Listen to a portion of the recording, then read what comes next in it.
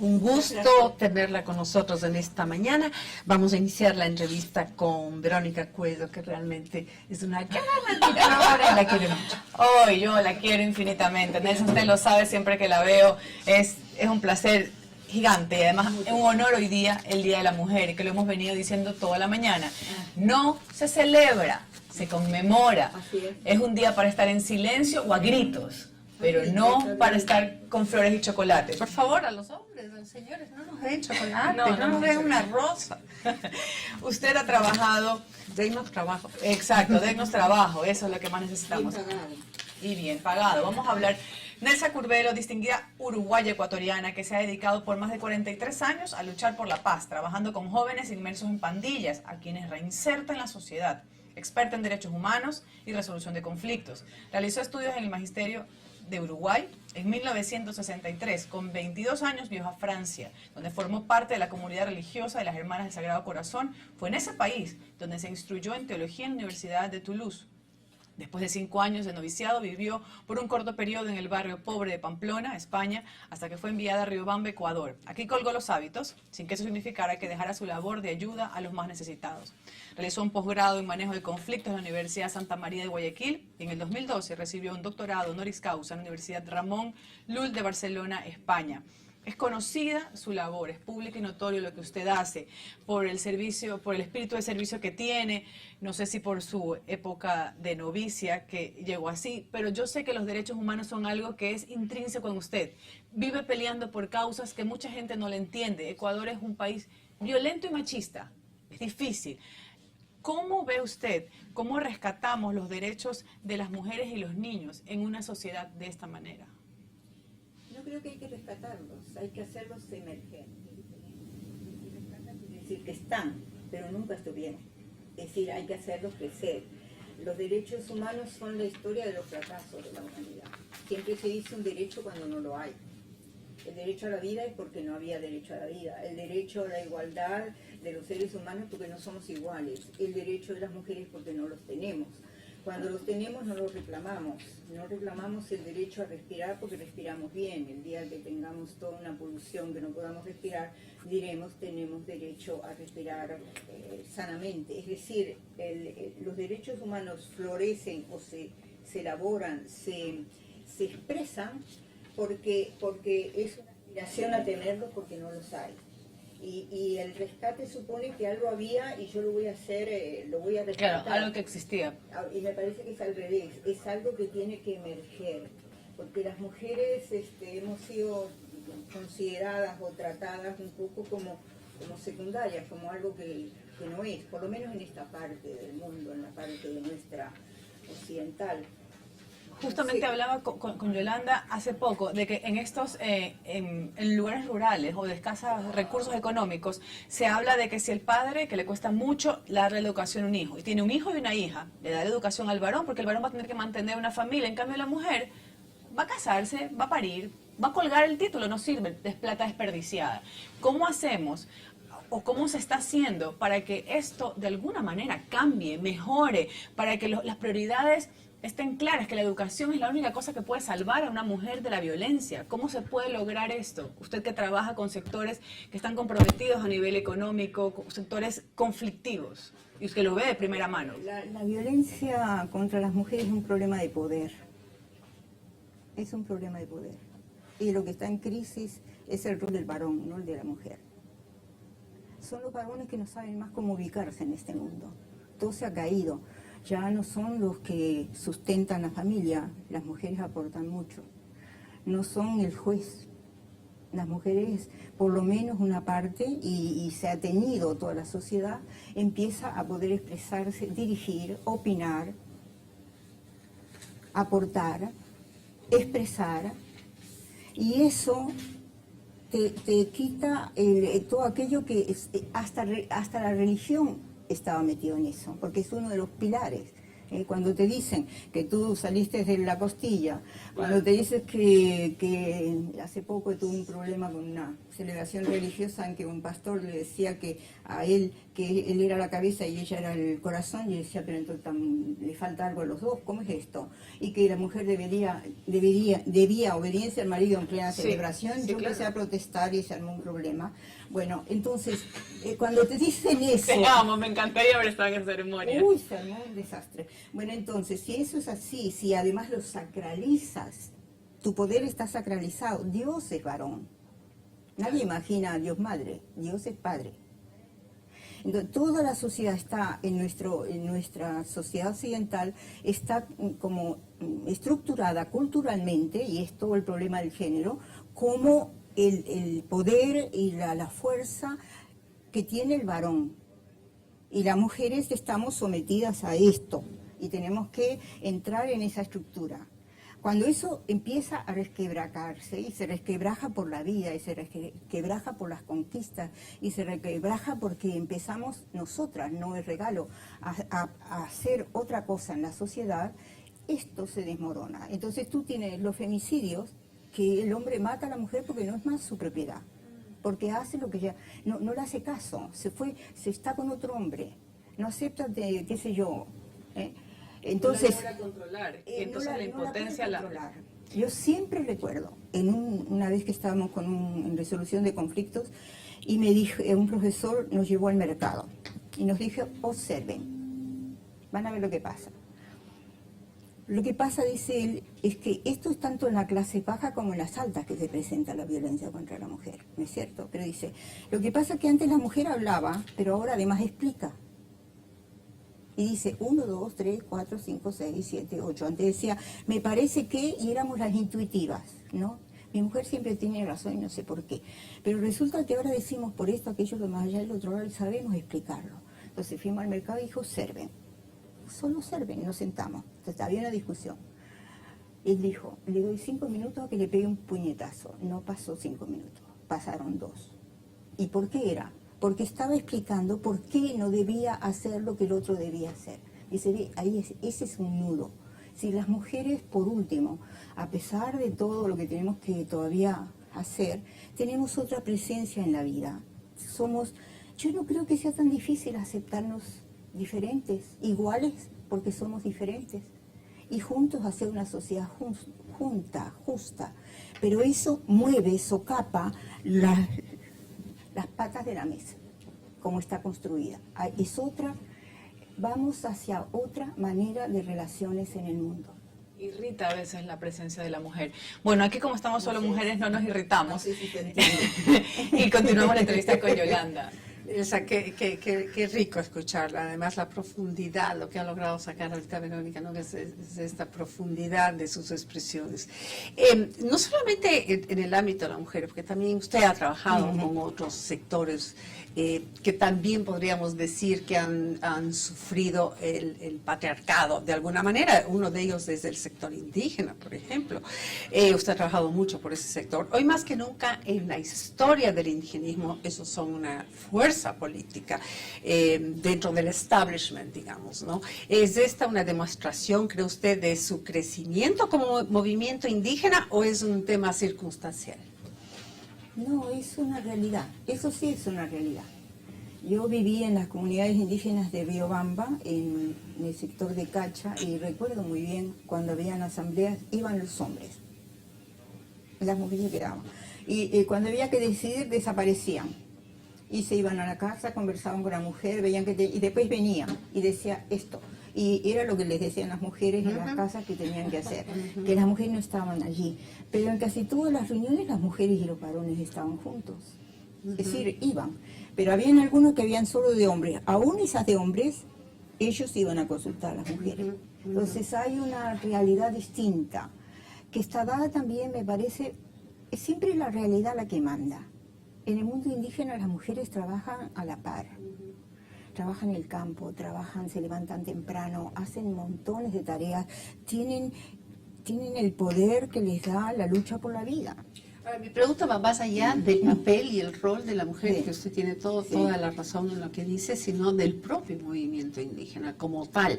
Hay muchas mujeres en el sí, movimiento sí, pero indígena no que hablo, están- sí, claro, pero le hablo del movimiento Sí. como tal, que también ha sufrido, el movimiento como tal ha sufrido de aislamiento, en fin, todo lo que conocemos y del mismo patriarcado político Claro, de Occidente, ese- que es muy, los muy indígenas fuerte. han sido- Pero ahora, hoy en día, estamos hablando de una fuerza política, Sí. y esto surgió recién en estas últimas elecciones, por lo menos se visibilizó. Así Esto, es. ¿Eso usted cree que es algo del momento, que fue, que simplemente fue que tuviera un líder que sintonizó con los New Age, o es un tema más profundo y de más largo plazo, su permanencia en el ámbito político? Me parece que es de mucho más largo plazo. El movimiento indígena se está incubando desde hace decenas de años. Y porque está listo, es como las plantas, de pronto como el bambú, está 7 años metido en tierra y de pronto cuando nace es un bosque, ¿no es cierto? El bambú cuando nace todo a la vez y todo junto. Entonces esto viene desde la época que empezó el Coarrunari, colaboró mucho con eso Proaño en Riobamba. Aprendieron aprendieron a organizarse y sobre todo tuvieron acceso a la palabra. Es decir, podían expresar. Yo en la época que estaba en Riobamba, los indígenas no se podían sentar adelante en el bus, había que darle la mano con el poncho envuelto porque no podían tocar la mano blanca. Y si usted iba en el interprovincial, los indígenas atrás, parecía, uno cuenta esto y parece la época de Luther King en Estados Unidos, pero así era. Y les quitaban los productos cuando iban al mercado, los intermediarios, era un pueblo sometido y oprimido. Bueno, ahora es un pueblo que toma mucho más conciencia de lo que es.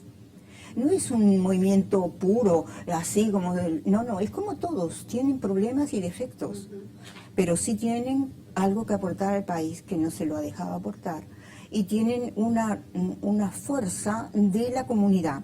Yo estuve en el levantamiento del 90 y las negociaciones. Exactamente, ahí estuvo usted, sí. No me dio úlcera por casualidad, porque soy resistente, porque aquello era una cosa que, ¿cómo negociaban con el gobierno? En la época de Rodrigo Borja, Sí. que no se lo esperó. Así es. Nadie se esperó. Y eso fue Llegaron aquí, potente. entonces, sí. ¿Y cómo negociaban? Que estábamos ahí. Acá dijeron que vinieran 8 y vinieron como 15 a negociar. Entonces, hablaban. Acá estaba el primero. Y decía sí, porque no sé qué, porque las tierras de aquí, de allá, del otro lado. Pum, planteaba. De acuerdo, vamos a tomar cuenta. Empezaba el segundo. Como dijo el primero, repetía todo lo que había dicho y agregaba. Cuando iba por el sexto, habían repetido el primero, el segundo, el tercero. Hay un juego que es así, ¿no? Otro sector que me Pero parece así que, hacen. que para usted ha sido muy importante es el sector de los jóvenes en riesgo. Usted inclusive creo que fundó Paz para Vivir Juntos. Sí. Usted hizo un gran trabajo, sobre todo con los chicos de las pandillas, Así etcétera, y llegó a hacer un acuerdo de paz Sí. con 5 grupos de pandillas en Guayaquil. Desde ese momento a hoy, que tenemos estas situaciones en las cárceles, como las que acabamos de vivir, y todo este tema que va más allá de la pandilla y más bien se habla de la incursión del narcotráfico, ¿qué ha pasado? ¿Qué va a pasar con Que nuestros dejamos que el jóvenes? narcotráfico invada todas las redes ocultas. Dejamos, Nelson Hace Osqueño, más de 10 años. Verónica. ¿Quién dejó? Todos dejamos. Todos. ¿Y por Todos qué? dejamos, la sociedad lo dejó, el gobierno lo dejó. Yo he hablado, me acuerdo, con Ricardo Patiño en la casa y le expliqué, porque había venido un ministro de México a decirnos cómo se estaba infiltrando el cartel de Sinaloa y cómo lo hacían los diferentes barrios. Y hablamos con él y le dije, de esto hace bastantes ¿Y años. qué dijo el ministro Patiño? No importa lo que dijo, ¿hizo algo? No hizo nada. Nada. Es decir, uno puede decir muchas cosas, pero no hace. Se demuestra en lo que hace si vale o no. No hizo nada. Y eso siguió infiltrándose. Y nos explicó cómo se hacía. Porque las pequeñas solidaridades del microtráfico llevan a identificar quiénes son los que venden. Este que vende a este, y suyo está allá. Cuando el microtráfico está instalado, usted instala un cartel. Entonces, no es que no se hizo nada, hubo más bien incluso una apertura con esta famosa tabla, ¿verdad? Para permitir hasta cierto punto de consumo. Sí, pero O sea, hubo apertura sí se a los hizo. consumidores, pero no a quienes vendían. Es Por decir, supuesto, claro. lo que no se hizo es para controlar y parar. Eso no, porque si no, no estaría como estamos. ¿Y está el país en capacidad de parar el No creo. narcotráfico? Solo no lo va a poder ¿Y hacer. con quién puede hacerlo? Tiene que unirse con otros. ¿Quiénes son otros Otros países? países, otras fuerzas, otros sistemas de seguridad. Esto está todo infiltrado. Para finalizar, por los momentos que estamos viviendo, creo que es un tema que no podemos dejar de comentar. ¿Qué le dicen a usted los candidatos a la presidencia que actualmente tenemos? Es como afirman muchos que no estamos eligiendo entre dos personalidades, dos caracteres, dos hombres con diferente ideología, sino que lo que está en juego es el país. ¿Usted está de acuerdo con eso, el futuro de la patria? Sí, Ujú, ¿por qué? totalmente de acuerdo. Me parece que este país está hecho pedazos. Está hecho pedazos culturalmente, está hecho pedazos económicamente, está hecho pedazos políticamente, está hecho pedazos éticamente. Está hecho pedazos. Y no se va a poder salir nadie solo. Nadie podrá. No depende de una persona, ni de un equipo, depende de todos nosotros. ¿Qué podemos hacer como ciudadanos? Yo creo- ¿Qué podemos hacer aparte de poner nuestro voto en estas próximas El elecciones? voto será una sola cosa. Además, me parece que es mucho más. Es como Gran Bretaña después de la guerra. ¿Cómo reconstruimos un país? Porque esto es una guerra. ¿Tenemos la misma oportunidad de reconstruir el país con un candidato, con Andrés Arauz, que con Guillermo Lasso? Son muy distintos y no son las mismas oportunidades, porque están apelando a fuerzas diferentes. Y creo que dependerá de la capacidad de concertación que tengan. Ninguno de los dos podrá hacerlo solo. Es imposible. No Ahora, se puede. Rafael Correa, de alguna manera, lo hizo a su, iba a decir a su manera, pero suena al programa de nuestro director. Pero lo hizo a su manera, lo hizo con su equipo élite y con Sí, su pero equipo era un equipo que reducido. tenía mucha fuerza. Ok, exactamente. No, pero a lo que voy ese es lo que nos esperaría a futuro también, si es que escogemos esa vía. O Está sea, mucho más dividido ahora. no, pero a lo que iba, no necesariamente se incluyó la ciudadanía, no se incluyó ese tejido social, más bien se destruyó, y lo que hubo fue una élite que estaba gobernando. Eso es la preocupación. ¿Hay una construcción ahí realmente o tenemos por otro lado esa posibilidad de construcción, que sería con Guillermo Lasso? Verá, a mí me parece que yo no soy política, para empezar por ahí, pero Creo que veo lo que está pasando y me gusta un poco pensarlo. Me parece que uno de los problemas que tenemos es que siempre estamos esperando que los demás hagan y nos den. Y lo digo desde el más chico al más grande, ¿no? Es decir, esperamos el bono, esperamos que nos den programas, esperamos, pero no empujamos o no ponemos el hombro para decir, esto vamos a hacer. Ya. Entonces, no sé qué frase oí por ahí de Pablo Escobar que decía que la izquierda, lo que tenía seguro es que a la izquierda siempre le gusta el dinero. Y el dinero en efectivo, decía. Ya, y me quedé un poco así, ¿no? Bueno, entonces, a lo que voy es, nos gusta, yo sé de un barrio que conozco muy bien que votaban todos por uno de los candidatos porque les había prometido dinero. Como no le dio, ahora van a cambiar el voto. ¿Eso qué muestra?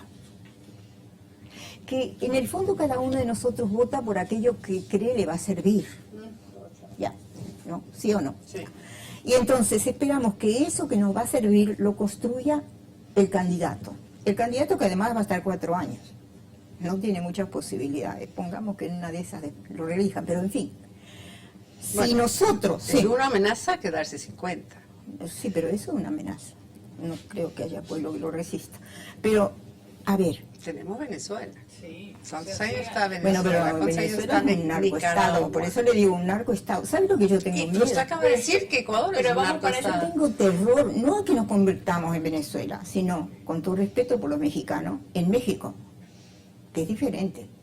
Nuestro problema... No nos vamos a convertir en ellos se van a venir acá y están acá. No, sí, están acá y por eso nosotros mismos creamos, no nos salió ahí el Nueva Generación el otro día propio Así es. nuestro. Bueno, yo quiero terminar de escuchar hacia dónde va usted, que me parece muy interesante. ¿Hacia dónde voy yo? Hacia la vida eterna con la edad que No, tengo. ahorita no. Es lo que estaba usted analizando, de que es el ciudadano el que tiene que cambiar. Eso tomará mucho tiempo. Nosotros tenemos a puertas una elección que hacer que aparentemente podría cambiar el destino del país. Verá, Pero no toma uno tanto de tiempo.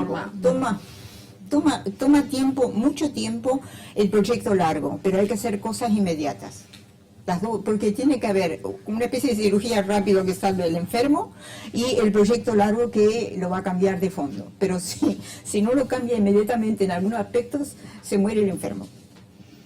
De esa no Y sabe yo voy a elegir al cirujano. De esa no sabe el gusto de haberla tenido acá para nosotros y además que nos haya acompañado a estas horas tan Gracias. temprano. Ojalá tengamos oportunidad de seguir hablando de muchos temas que usted Ustedes por soportar. maneja y domina y siempre le seguimos en el universo. Gracias a ustedes por soportarme. No, es todo un lo placer, contrario. un deleite tenerla Todo aquí. lo contrario. Es un honor. Muchas gracias. Bueno, Gracias. Por la vida eterna.